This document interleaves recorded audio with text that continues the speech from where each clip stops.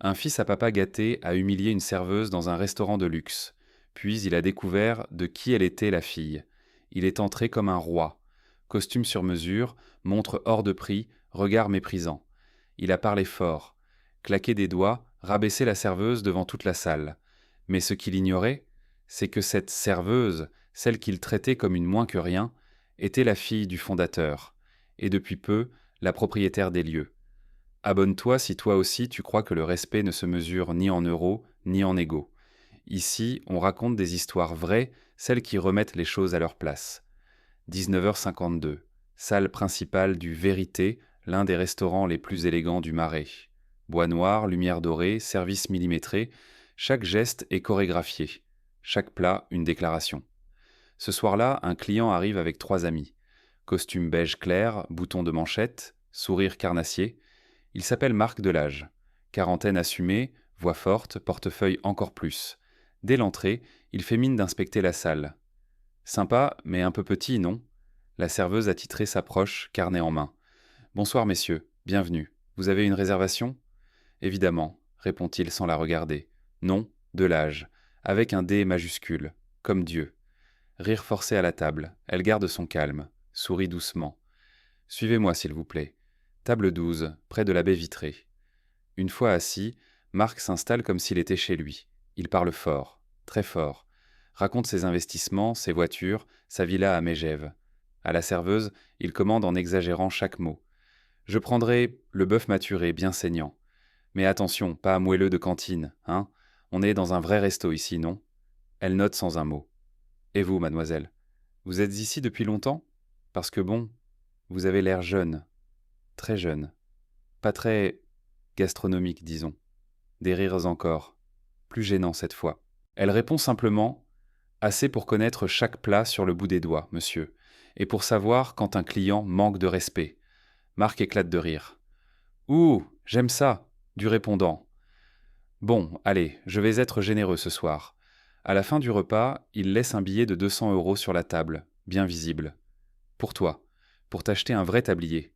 Elle ne touche pas l'argent. Elle le regarde dans les yeux.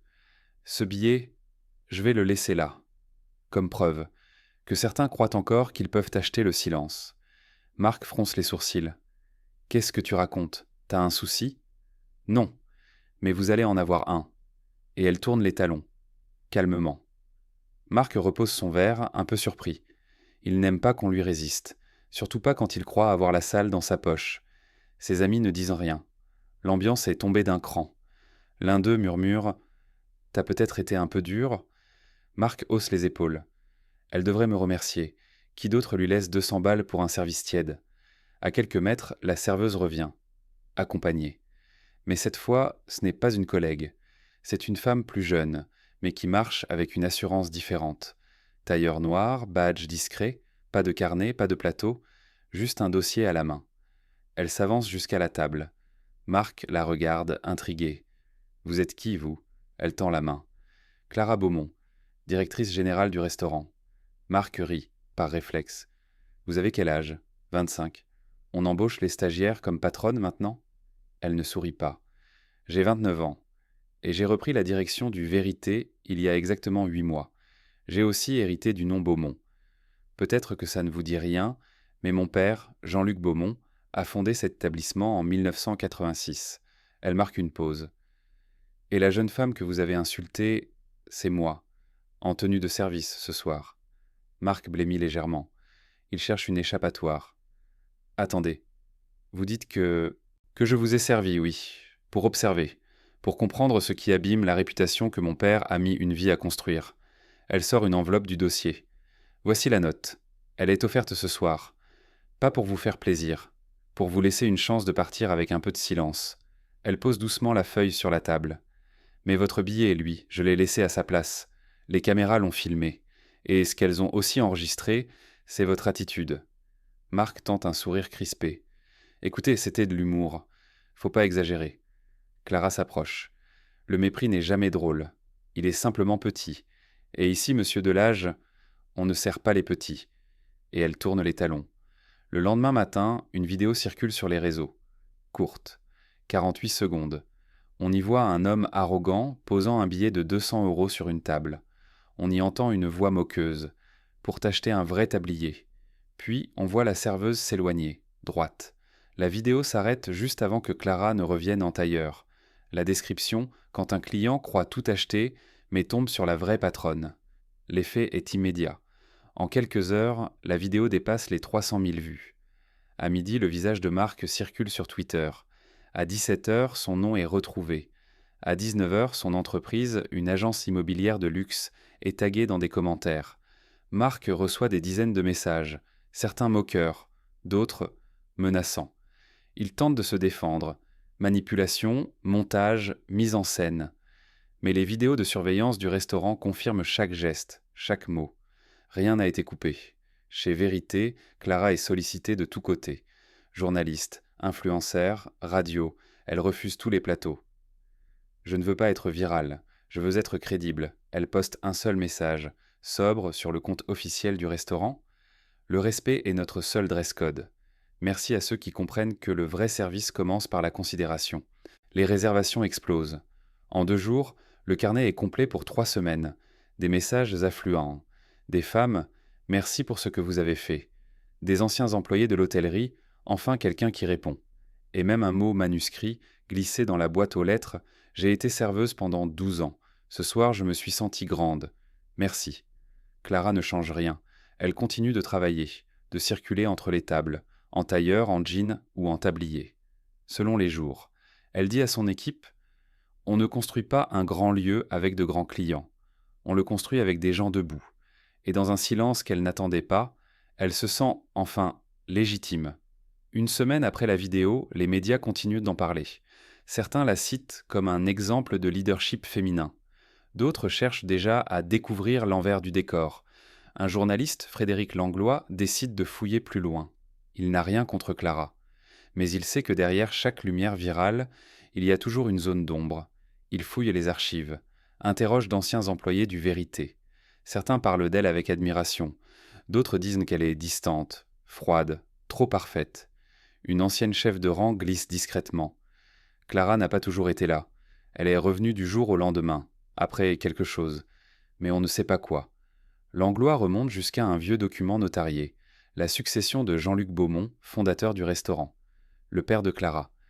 Date, 2 ans plus tôt. Mention, décès brutal, infarctus, survenu en salle de service. Pendant un dîner. Le journaliste s'arrête. Il comprend. Clara n'a pas repris le restaurant pour le moderniser. Elle l'a repris le soir même où elle a perdu son père.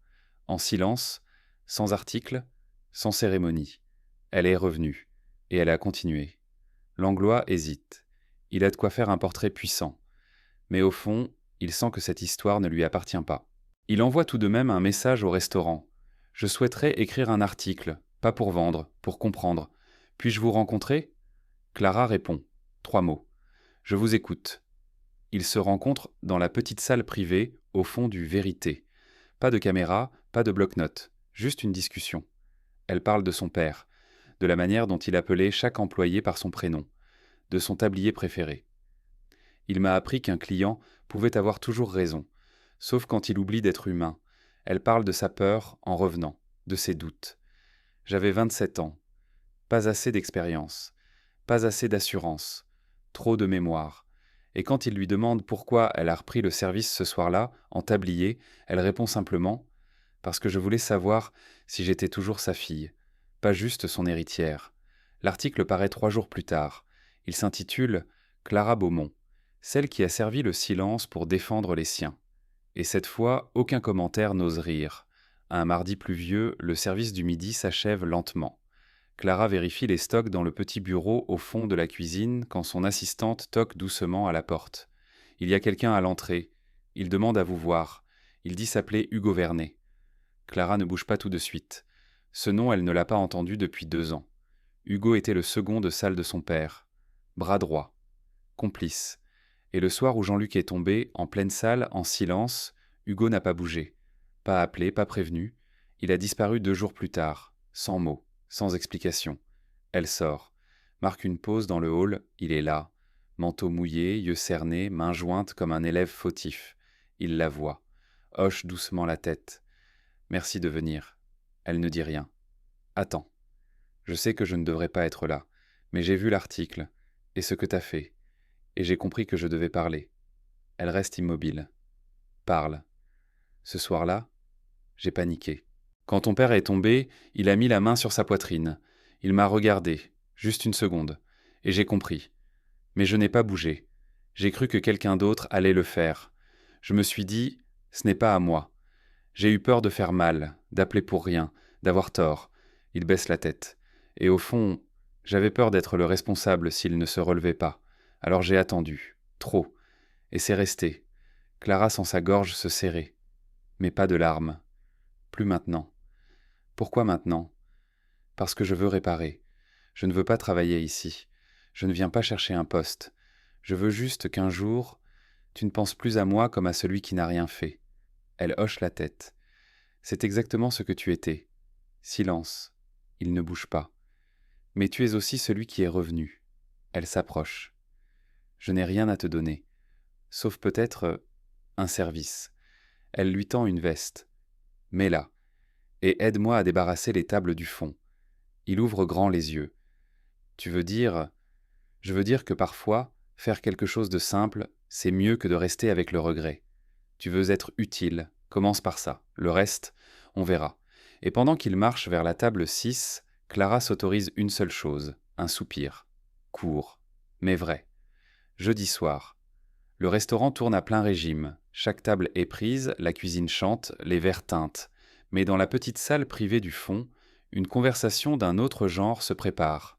Clara s'y rend, à l'invitation d'une certaine Éléonore Leclerc, propriétaire d'un groupe de restaurants étoilés, célèbre pour ses acquisitions éclairs.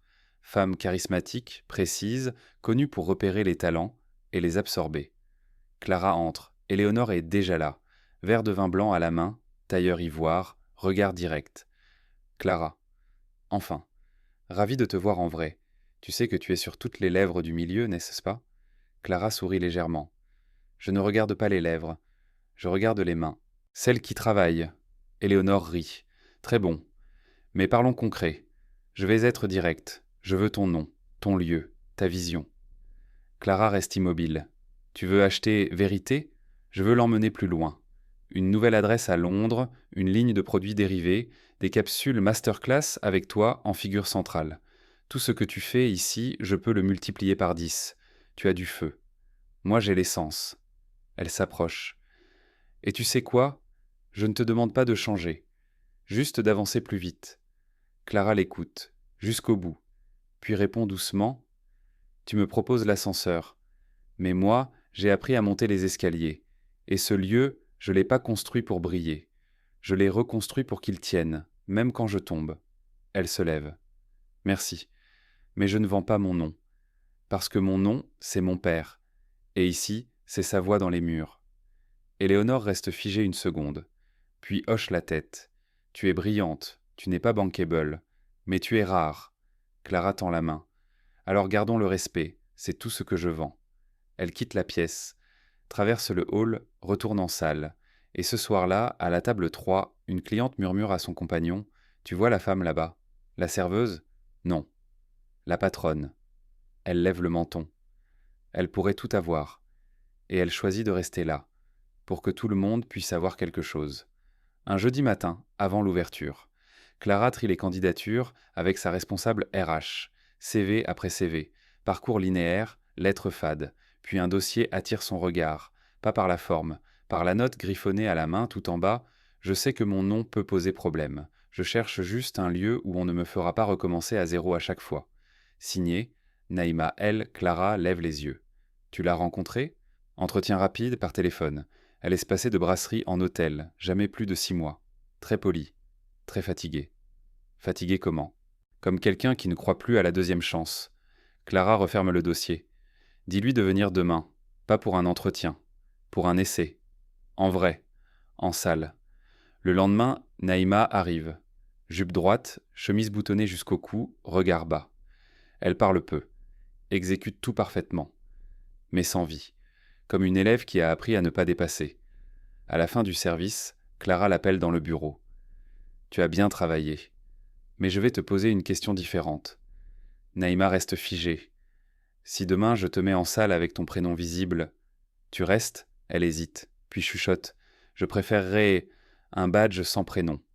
Juste serveuse. Clara se lève. Tu veux disparaître. Je comprends. Moi aussi j'ai voulu. Elle ouvre un tiroir, sort un badge. Il est doré. Il porte un prénom. Naïma. Je te propose un truc. Tu portes ça. Un jour. Juste un. Si tu te sens vu comme il faut, on continue. Sinon, tu pars. Pas de question. Le lendemain, Naïma entre. Le badge sur la poitrine. Elle est tendue. Mais quelque chose change. À 13h17, un client lui dit « Merci Naïma, vous êtes attentionnée. » Ça devient rare. Elle sourit. Presque. À 14h52, elle casse un verre, s'excuse immédiatement. Clara lui répond « Pas grave, tu es ici pour vivre, pas pour être parfaite. » À la fin de la journée, elle rend son tablier. C'est la première fois qu'on m'appelle par mon prénom, sans le couper, sans le changer. Clara sourit. C'est parce qu'ici, ton prénom ne dérange pas. Il commence la phrase. Minuit 30. Le vérité dort. La dernière chaise a été remontée. Le sol brille, les cuisines sont éteintes. Clara est seule dans le bureau du fond. La porte est entr'ouverte. Le silence total. Elle allume une petite lampe, tire un carnet noir. Reliure en cuir. Le carnet de son père. Le sien maintenant. Une seule page a été écrite de sa main, il y a des années. Le client oubliera ton plat, mais jamais ton regard. Elle sourit, pose son stylo et commence à écrire. Papa, ce soir j'ai servi le dernier verre. J'ai éteint les dernières lumières. J'ai entendu le dernier merci. Mais ce que je retiens, ce n'est pas le vin, ni les plats, ni même les réservations complètes. C'est la façon dont on m'a regardé. Moi, Clara. Pas ta fille, pas la patronne. Juste moi. Elle s'arrête, inspire et continue. J'ai compris pourquoi tu ne voulais jamais de badge. Parce que ton nom, tu le portais sur le cœur, pas sur la chemise. Moi, je l'ai mis partout, parce que j'avais peur d'être effacé. Mais aujourd'hui, je n'ai plus besoin de ça, parce que ton nom, je le porte dans ce que je fais, dans les silences que je respecte, dans les secondes chances que j'accorde, dans les erreurs que je laisse grandir au lieu de punir. Elle tourne une page, écrit plus lentement. Tu sais, un homme t'a manqué de respect ici. Et j'ai répondu. Pas en criant, pas en frappant. J'ai répondu en servant, en me tenant droite, en lui montrant que tu avais laissé autre chose que des recettes. Tu as laissé une façon d'exister, et je la garde. Promis. Elle referme le carnet, éteint la lumière, et quand elle quitte le bureau, elle s'arrête un instant au milieu de la salle.